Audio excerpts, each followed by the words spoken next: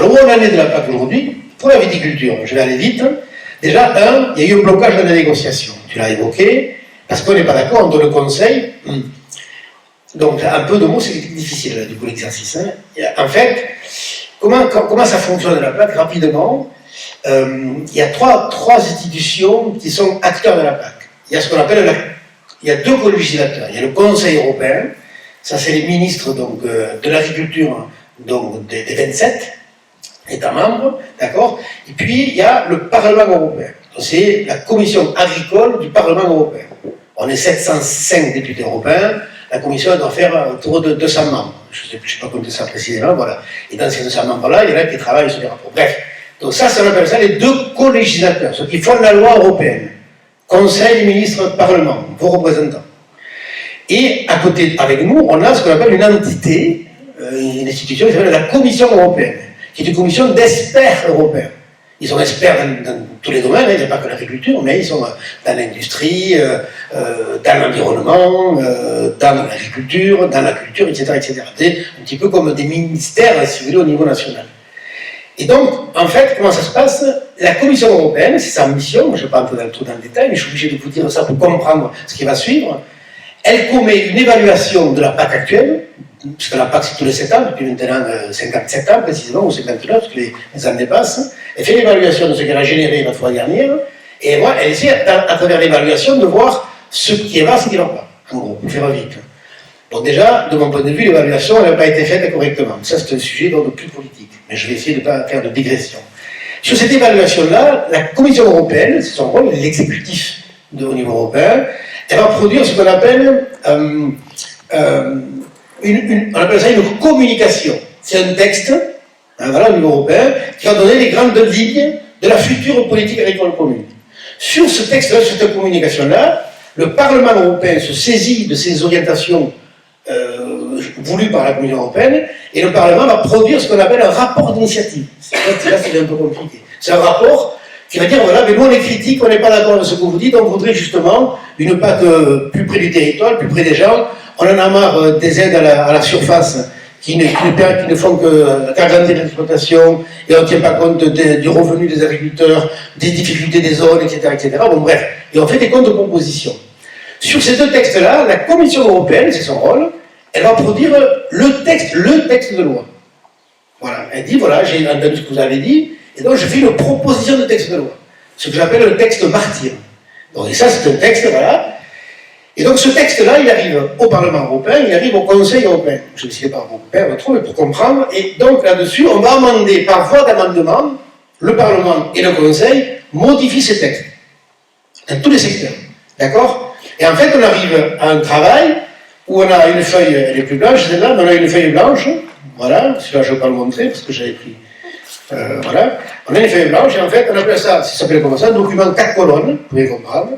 Vous avez dans la première colonne le texte original de la Commission, dans la seconde colonne le texte de la Commission modifié par le Parlement, dans la troisième colonne le texte de la Commission modifié par le Conseil, et la quatrième colonne, elle est blanche. Voilà. Et donc le but de l'exercice, si j'ose dire, c'est de faire converger les positions du Parlement et du Conseil européen. Voilà. Et donc, on fait un travail, alors c'est épais, il y en a comme ça, et on fait un travail ligne à ligne, mot à mot, article par article, amendement par amendement, pour essayer de faire converger la position du Conseil et du Parlement européen. Et à mesure, on remplit la quatrième colonne. C'est ce qui deviendra le texte de la PAC à la fin. Voilà. Donc ça bloque aujourd'hui, pourquoi ? Voilà, donc excusez-moi de cette introduction un peu longue, mais pour comprendre la mécanique, c'est pas simple, hein, parce qu'on fait la loi pour 400 millions de citoyens quand même, donc, et 12 millions d'agriculteurs, donc vous imaginez que c'est juste un peu plus grand quand même que, même élargi le canton des Corbières. Regardez, je m'en excuse, mais c'est une réalité et je ne peux pas dire le contraire. Et donc c'est assez complexe le droit, parce qu'on traite toutes les différences d'agriculture, et donc on bloque entre le Conseil et le Parlement. Alors, nous, on a des réunions là depuis 2018, et le nouveau mandat depuis 1 an et demi, on fait des réunions à 3, ça s'appelle des trilogues. Vous aurez appris ça ce soir, donc voilà, c'est assez simple, entre le Conseil, le Parlement et la Commission européenne.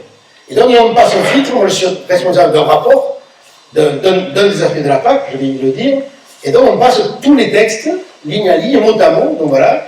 Et sur mon rapport par exemple, et moi je traite de la viticulture tout de suite, il nous restait, dans la dernière rencontre où on a bloqué, là, mais ça reprend, c'est en train de reprendre tout ça, il nous restait à traiter 4 articles sur des centaines, voire des milliers d'articles.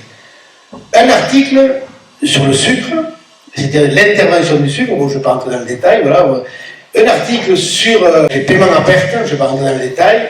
Un article sur les organisations interprofessionnelles, sur la répartition de la valeur entre les producteurs, les agriculteurs savent ce dont je parle là, hein, la répartition de la valeur entre la production, la transformation et la commercialisation. Et un article sur la fameuse limite maximale résiduelle de pesticides, voilà, qui est un peu l'article de combat, celui-là. Retenez-le, c'est le 188 bis. Celui-là, il va vous parler, il va revenir souvent dans les semaines à venir, vous allez le voir. Donc voilà. Mais sur ces 4 articles-là, on fait des allers-retours entre le Conseil, les ministres se réunissaient au Conseil, nous on se réunissait au Parlement, et il y a une présidence du Conseil, qui est les Portugais aujourd'hui, qui font la navette entre le Parlement et le Conseil. Et donc, on en a réglé quelques-uns. Moi, je suis en train de 6 articles à négocier, j'en ai réglé 2, on en a réglé 2, et il me reste 4. Et sur les 4, on bloque. Puisque le Conseil me dit, voilà, moi on appelle ça une minorité de blocage, c'est comme ça que ça se passe. Bref, donc on bloque, et on a bloqué la discussion là-dessus. Sur ces 4 articles-là. Donc là, on les retravaille pour dire, le sucre, on en a besoin, bon bref, tout ça est un peu compliqué.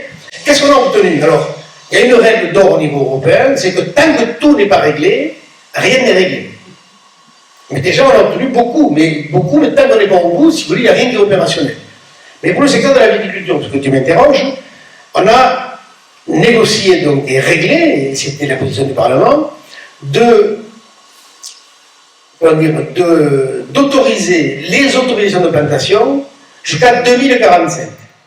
Alors, il y a des vignerons dans la salle, ils savent ce que ça veut dire. Ça veut dire qu'effectivement, contre la Commission européenne, qui était une commission ultralibérale, qui voulait supprimer les autorisations de plantation, donc, non seulement on les a maintenues, mais on les prolonge jusqu'à 2045. Donc, pour le secteur de la viticulture, c'est le plus important de tout le reste, c'est que ça permet d'avoir une visibilité et une projection sur le long terme qui est considérable. Alors, nous on voulait 2050, le Parlement, le Conseil voulait 2040, pardon, et donc on a transigé à 2045. Ça paraît rien, mais c'est beaucoup. On a obtenu donc, entre autres, je ne vais dire pas dans l'ordre, les délais de paiement pour les vins en vrac. Alors ça c'est technique, je me m'adresse aux vignerons, excusez-moi pour les éleveurs et les autres, parce que je suis obligé de rentrer un petit peu ce qu'on a obtenu. Vous savez qu'en 2019, sur une directive pour rester loyale, on avait obtenu des délais de paiement obligatoires au moins de 62 jours. Il y avait eu 2 dérogations pour les raisins et pour les mous. Dans ces techniques, je suis désolé, mais le vin en vrac n'avait pas obtenu la dérogation. Donc là, on a obtenu la dérogation sur les délais de paiement pour le vin en vrac, dès lors qu'il y aura des contrats pluriannuels entre les metteurs en marché. C'est-à-dire que chacun, tout ça c'est technique, je suis désolé, mais bon voilà, donc ça, on a gagné ça, c'est important pour le vin, donc le secteur du vin, de façon très très précise. On a obtenu donc vous savez, et vin, ça vous ne savez pas certainement, mais ne peut être appelé vin, considéré vin, comme produit à partir de 8,5 degrés. En dessous de 8,5, c'est pas du vin. Alors, du point de vue législatif, ça n'existe pas. Donc, on a obtenu, parce que le marché évolue, et pour pas que ce marché-là soit piqué par le monde de l'industrie, si vous voulez, donc, je vais dire 2 mots là-dessus, parce que c'est important, qu'on puisse faire des vins désalcoolisés. C'est-à-dire entre 8,5 et 0,5, ça s'appelle partiellement désalcoolisé, et en dessous de 0,5 degrés, totalement désalcoolisé. Pourquoi? Parce que la demande, au niveau mondial, change considérablement. Et en particulier, les jeunes populations qui sont sur des vins apéro, etc., sont de plus en plus attirés vers des vins moins chargés en alcool. Donc il y avait un sujet se posait à nous. Et ça, je suis fier de ça, parce que c'est un de mes combats, pour tout vous dire. J'espère que ça va marcher, mais j'en suis sûr. C'est que si on n'avait pas changé la donne au niveau du vin, j'ai appelé ça l'effet Canada Dry. Vous savez, c'est comme des fois, il faut des trucs imagés. En fait, si on avance par le secteur là-dessus, avec de la chimie, on fait n'importe quoi. On met 3 molécules, je parle des grands spécialistes là, et on peut faire un vin qui a la couleur du vin, qui a l'odeur du vin, qui a la saveur du vin, mais qui n'est pas du vin. Et pour pas que ce marché-là, entre le 0,5, entre le 0 et le 8,5, échappe au secteur de la viticulture, on a dit qu'il faut reconnaître l'appellation vin pour ces produits qui seront totalement désalcoolisés ou partiellement désalcoolisés. Mais, avec une technique très claire, c'est qu'on va produire du vin, d'accord, et ensuite on va enlever l'alcool du vin. Donc tout le processus œnologique va être respecté, C'est-à-dire qu'on ne pourra pas confier ce marché-là à la Chine, mais ça sera le secteur de la viticulture qui va garder ce marché-là. Donc le marché évolue, donc il fallait lui donner cette souplesse-là. Et puis il y a un enjeu aussi de lien avec la santé humaine, donc qui n'est pas neutre, qui permet aussi de donner et d'augmenter les gammes de produits pour l'ensemble du secteur viticole au niveau européen. Et c'est pas rien. Ensuite, il y a la question de l'étiquetage. L'étiquetage, là également, sera obligatoire ce étiquetage à devenir un jour par un symbole E, donc le volet énergétique du vin, et par voie déportée, c'est-à-dire à partir d'un QR code, donc tout le côté des ingrédients et la valeur nutritionnelle du vin. Pourquoi on a fait ça? Et là aussi, moi je te dis, j'étais volontaire là-dessus, parce qu'aujourd'hui, le citoyen lambda a besoin de savoir ce qu'il ingère, que ce soit du solide ou que ce soit du liquide. La viticulture, on est sur le secteur d'une culture pérenne, c'est-à-dire pérenne, c'est comme les arboriculteurs. Si vous n'anticipez pas les décisions, quand vous vous réveillez, les Australiens, ils ont déjà pris de l'avance, et vous ne récupérez pas la place sur le marché que vous avez obtenue par le passé. Donc il faut anticiper tout ça, c'est pas facile. Hein. Et donc là, on a obtenu cette logique-là d'étiquetage, si vous voulez, donc, qui est en commun accord avec le Conseil, pour permettre à la viticulture de dire finalement aux futurs consommateurs qui le demandent de plus en plus, donc, ce qu'ils sont en train de consommer. Alors ça paraît rien, mais c'est beaucoup. On a obtenu également, sur les organisations interprofessionnelles, alors je ne vais pas entrer dans le détail, hein, pour pas mal de souplesse, etc., mais entre autres que les OI, en particulier dans la viticulture, les organisations interprofessionnelles, permettent de donner des éléments d'indication ou d'orientation en matière de répartition de la valeur, je le redis, entre producteurs, transformateurs et commerciaux. Voilà, donc je vais pas... Ça, c'est des mesures essentielles. Et en fait, on a obtenu également, pour ce qui est des cépages dits interdits, on a obtenu donc pour les vitis, alors c'est très technique, les vitis vinifera, si vous voulez, donc, que pour les AOP, tous les vitis vinifera soient reconnus. Et ensuite, on a obtenu que pour ce qu'on appelle le vitis labrusque, les Isabelle, Rebémon, enfin, tous ces cépages qu'on avait interdits dans les années passées, les Clinton, voilà, qu'on puisse, à surface égale, si l'État le décide, les reconnaître, pour ne pas s'interdire de faire un travail, donc, scientifique, avec des hybrides, parce que, je le redis, la planète se réchauffe et il ne faut rien, mettre de côté en matière d'adaptation des futurs cépages par rapport au réchauffement climatique. Donc là, on a maintenu ce potentiel-là pour dire, voilà, si l'État le veut, ils pourront faire un travail de croisement pour essayer d'adapter les cépages à la question du réchauffement climatique. Je vais dire un petit peu rapidement, voilà. Là, c'était pour le rapport OCM. Alors, il est beaucoup plus complexe. Il y a les outils de gestion de crise, gestion de marché, etc., etc. Et je ne vais pas rentrer dans le détail. Autrement, on y est jusqu'à demain. À part que vous ayez des questions, et je suis prêt à y répondre, bien sûr, avec plaisir. Là où ça coince, également, la PAC, c'est 3 grands rapports. Le rapport sur l'organisation commune du marché, qui est le mien, ça s'appelle ça l'OCM, voilà, qui traite les aspects viticoles, mais tout ce qui est régulation, organisation professionnelle, etc. Donc voilà, tout ce qui est gestion de crise, tout ce qui est, donc, voilà, c'est l'élément économique de l'agriculture, bien sûr. Il y a un second rapport qui s'appelle le rapport horizontal, qui traite des règles de mise en œuvre de la PAC et de l'évaluation de la PAC, voilà, on ne va pas tout l'évoquer ce soir, et de la réserve de crise, bon. Et puis il y a ce grand rapport, qui est ce rapport qu'on appelle des plans stratégiques. C'est là où ils sont contenus, et là il faut que je m'arrête quelques secondes, ce qu'on appelle les paiements directs aux agriculteurs. Alors, en gros, c'est la fusée de la PAC, si vous voulez, donc, en termes budgétaires. En gros, il y a 2 aspects à la PAC, il y a 2 volets, des non-initiés. Il y a ce qu'on appelle les paiements directs, ce qu'on va verser aux agriculteurs. Et ce qu'on appelle un second volet, on appelle ça des piliers, voilà. Le premier pilier et le second volet, le second pilier, voilà, en jargon bruxellois, c'est le volet développement rural. Voilà. Dans le premier volet, qui représente 80% de l'enveloppe, en France c'est l'équivalent de 9 milliards d'euros, dans le premier volet, 80% de cette enveloppe, pour les 2 enveloppes en fait, celle-là, elle est uniquement financée par des fonds européens, le premier pilier, le premier volet, et le second pilier, ce qu'on appelle le développement rural, c'est des enveloppes où il y a des financements européens, bien sûr, mais des financements aussi nationaux. Quand on dit nationaux, c'est départementaux, c'est régionaux, c'est l'intercommunalité, c'est l'État, donc voilà. Donc c'est le premier volet qui est le plus important, non, pour moi c'est pas le plus important, mais qui est important, qui représente 80% de l'enveloppe globale. Sur ces 80%, il y a 60% qui vont à ce qu'on appelle les paiements directs des agriculteurs, on appelle ça des dotations de paiement de base, des DPP, vous savez ça, c'est vous les agriculteurs, voilà. Et ensuite, il y avait dans la PAC actuelle 32% qui étaient destinés à ce qu'on appelait le verdissement. C'est-à-dire, c'est le côté de l'écologisation de l'agriculture. Dans ces 30% aujourd'hui, il y a, en gros, pour obtenir son paiement de base, ça se calcule à l'hectare. Tant d'hectares, tant d'argent. Je schématise volontairement, hein, voilà. Ce qui en soi est une connerie, de mon point de vue, mais bon, on est le seul continent au monde à continuer ce mode de paiement. Donc ça, pour encourager le changement du modèle agricole, c'est pas le top, vous savez, parce que quand vous touchez tant d'hectares, c'est difficile de faire bouger un paquebot, si vous voulez, donc il n'y a pas de lien à l'emploi, il n'y a pas de lien à la qualité, il n'y a pas de lien, il n'y a pas de très peu de conditionnalité donc, au respect de l'environnement, il y en a, donc, mais voilà, donc ça c'est les paiements de base. Et puis dans les 30%, je vais commencer par ça, dans le verdissement, pour accéder à cet argent-là, il y a des conditions. Par exemple, dans le PAC actuel, je parle sous votre contrôle finalement, hein, il fallait respecter 5% de surface d'intérêt écologique. C'est une sous-exploitation, il fallait que 5% soient destinés donc, hein, à de la non-culture finalement. D'accord, pour préserver, pour permettre la reconquête de la biodiversité, sans traitement, etc., etc.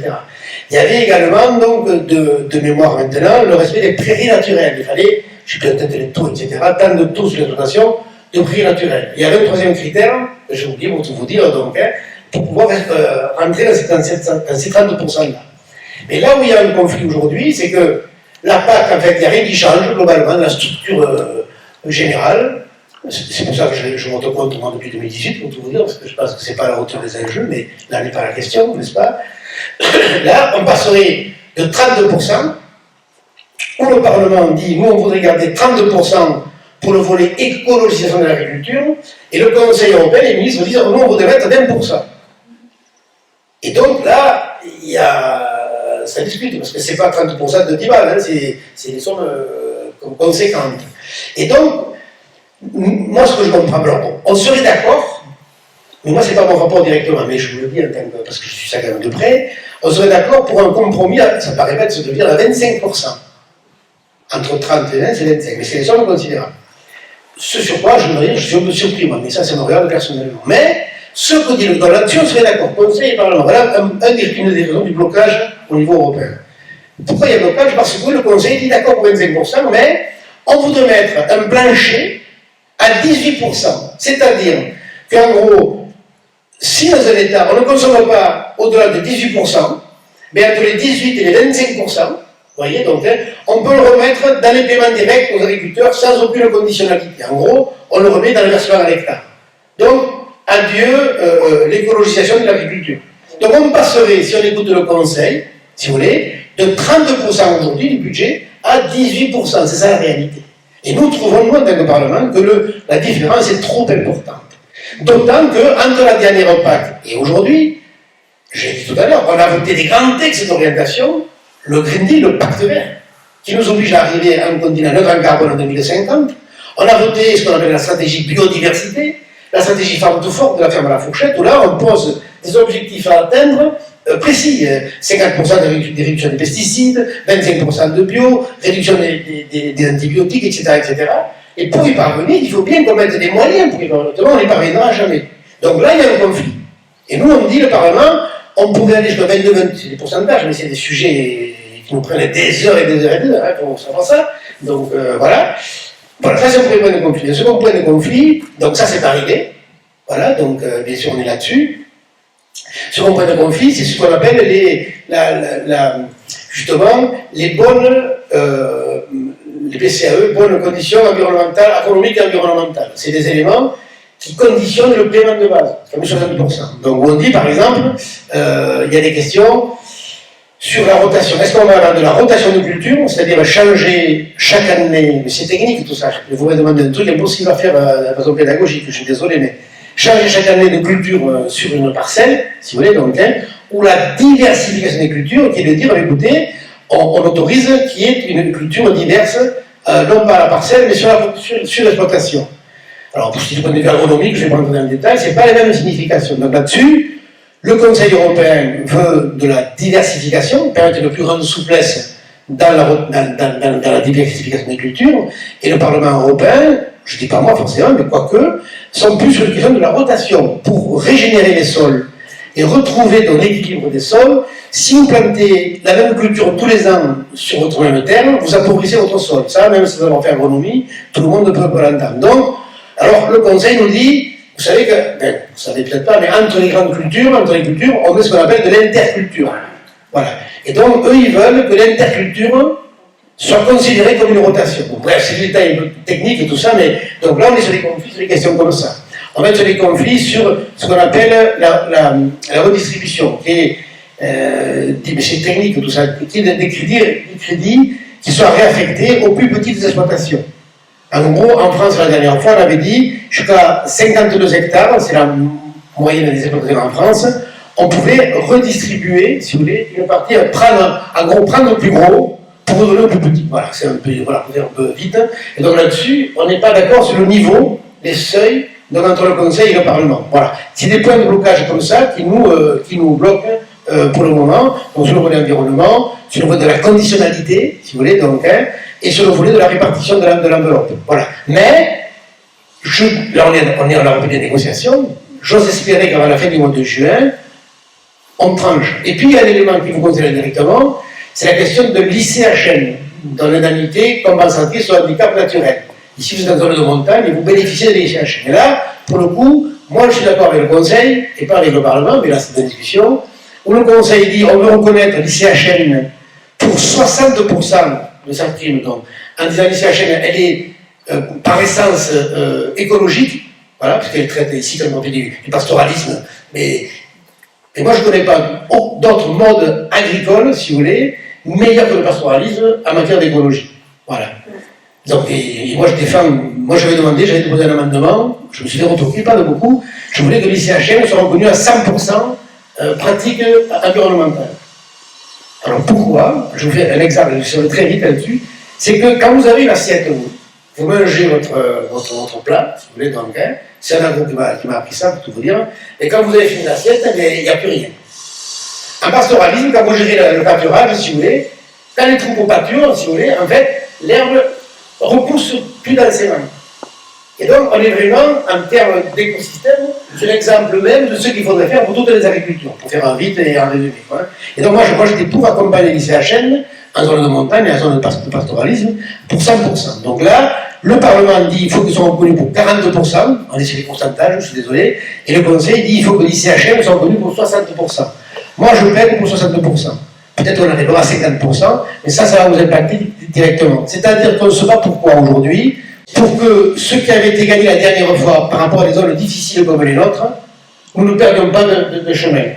Voilà, c'est ça le combat que nous menons aujourd'hui, en gros, et que les transferts entre les plus nantis et les moins nantis soient respectés. Là où nous ne gagnerons pas de chemin, et tu l'as dit tout à l'heure, c'est la question clé, c'est qu'on a scellé dans le marbre pour l'instant cette notion de paiement de base à l'hectare. Voilà, en gros, ce qui est une connerie, je le dis de mon point de vue, voilà. Moi, je pense qu'il fallait commencer à envisager des modalités différentes. Alors après, on peut rentrer sur le couplage des aides, etc., les protéagineux, si vous le voulez, donc les enveloppes sectorielles. Et je vais m'arrêter là, parce que je pense que déjà c'est beaucoup, pour la plupart d'entre vous, mais c'est lui qui m'a passé la commande, donc je ne pouvais pas me déroger à la commande. Voilà. Et donc, allez-y maintenant, le mieux c'est qu'on passe aux questions et que je puisse y répondre si je peux.